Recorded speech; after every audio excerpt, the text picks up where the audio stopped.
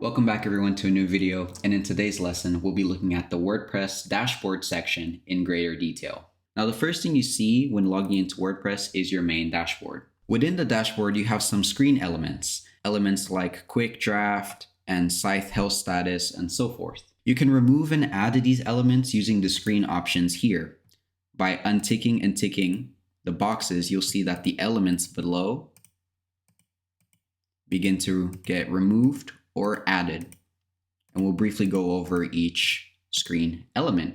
Remember that your screen options are dependent on which section you are in, so you may not see the same screen options here in the dashboard that you would see in your post section or any other sections found in the left-hand menu. For example, here in the dashboard we have the welcome, the quick draft, and activity screen elements, but if I navigate to posts and I go to our screen options here, we see that it actually refers to now having columns, pagination, and view mode elements. So it's context specific, so be aware of that. Let's go back to our dashboard. Let's briefly take a look at the elements that we have here. The first thing we see is the WordPress welcome message, and here the screen element just gives you the WordPress version that you're using, as well as provides you some shortcuts that you can use. Next, you have the site health status element, and that gives you some feedback on how you can improve your website. But since we don't have a website yet, there are a few suggestions. Like if I go here, we can see that there's not really much to improve on here that it shows us. So we could add HTTPS, page cache is not detected.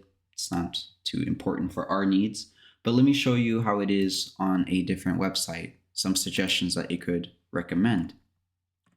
So for example, some improvements here, you should remove inactive plugins, you should remove inactive themes, a schedule event has failed. So this is what we can see in that screen element there.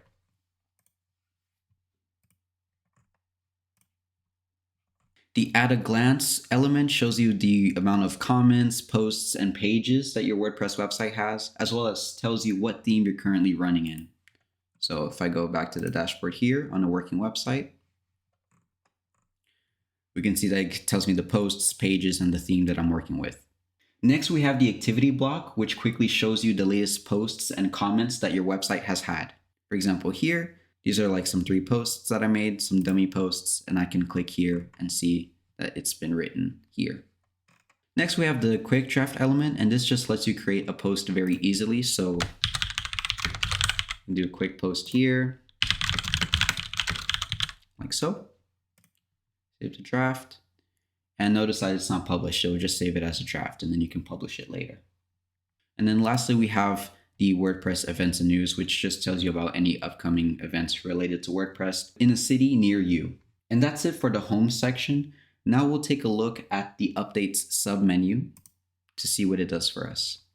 The updates menu shows you what version of WordPress that we currently have installed in our website. Here is where you can update your WordPress version, as well as check the versions of your plugins and your themes. Sometimes when you encounter a problem using WordPress, it may have to do with the version you're using or the version of the theme or plugin you're using. So you can come here and check out what version it is that you have installed. You're also able to downgrade the WordPress version that you're using with a plugin called WP Downgrade, which I'll show you here. We won't cover it right now in this course, but this is the plugin. Feel free to look at YouTube tutorials on how to utilize it if need be. I'll show you how it looks like the update section in a more populated website. So here just tells you the plugins that you can update here. But that's essentially it. That's essentially it for the dashboard section. I don't really use the elements provided here, but I just wanted to make you aware of them.